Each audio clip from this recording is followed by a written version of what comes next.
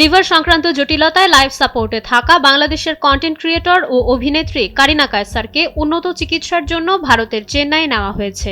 এদিকে তার অসুস্থতাকে কেন্দ্র করে সামাজিক যোগাযোগ মাধ্যমে প্রতিক্রিয়া দেখা যাচ্ছে। ডিজিটাল প্ল্যাটফর্ম বিশ্লেষণী সংবাদ মাধ্যম দ্য ডিসেন্ট এক প্রতিবেদনে জানায়, কারিনার রাজনৈতিক অবস্থানের কারণে সামাজিক যোগাযোগ মাধ্যমে তাকে লক্ষ্য করে একদল ব্যবহারকারী বিদ্বেষমূলক প্রচারণা চালিয়েছেন। কারিনা কায়সার 2024 সালে বাংলাদেশের জুলাই আন্দোলনের সময় সামাজিক যোগাযোগ মাধ্যমে সক্রিয় ছিলেন এবং আন্দোলনের পক্ষে জনমত গঠনে ভূমিকা রেখেছিলেন। মূলত এই অবস্থানের কারণেই অনলাইন অ্যাক্টিভিস্টদের একটি বড় অংশ তার অসুস্থতার সময়েও তার মৃত্যু কামনা করে শত শত পোস্ট দিচ্ছে। উন্নত চিকিৎসার জন্য তিনি ভারতে পৌঁছানোর পর থেকেই নতুন করে প্রচারণা শুরু হয়েছে।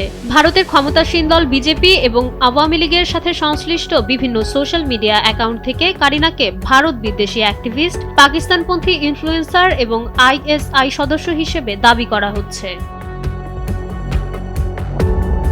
আওয়ামী লীগপন্থী অ্যাক্টিভিস্ট সালাউদ্দিন শোয়েব চৌধুরী এক এক্স পোস্টে দাবি করেন, কারিনা কায়সার যুক্তরাষ্ট্রের ডিপ স্টেট ও পাকিস্তানি আইএসআই এর পরিকল্পনায় অংশ নিয়েছিলেন এবং শেখ হাসিনার পতনের পর প্রধানমন্ত্রীর বাসভবন লুটে যুক্ত ছিলেন। তার এই পোস্টটি 3.5 লাখের বেশি মানুষ দেখেছেন। এই পোস্টের পরপরই ভারতের সামাজিক যোগাযোগ মাধ্যমে কারিনার ভিসা বাতিলের দাবি ওঠে।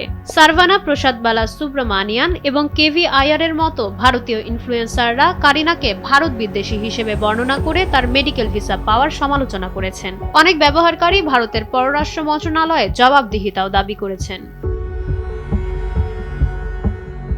বর্তমানে কারিনা কায়সার চেন্নাইয়ের একটি হাসপাতালে চিকিৎসাধীন রয়েছেন। তাকে ঘিরে এই অনলাইন প্রচারণা ও ভিসা বাতিলের দাবি নিয়ে সামাজিক যোগাযোগ মাধ্যমে এখনও বিতর্ক চলমান। ডেস্ক রিপোর্ট, সময়ের আলো।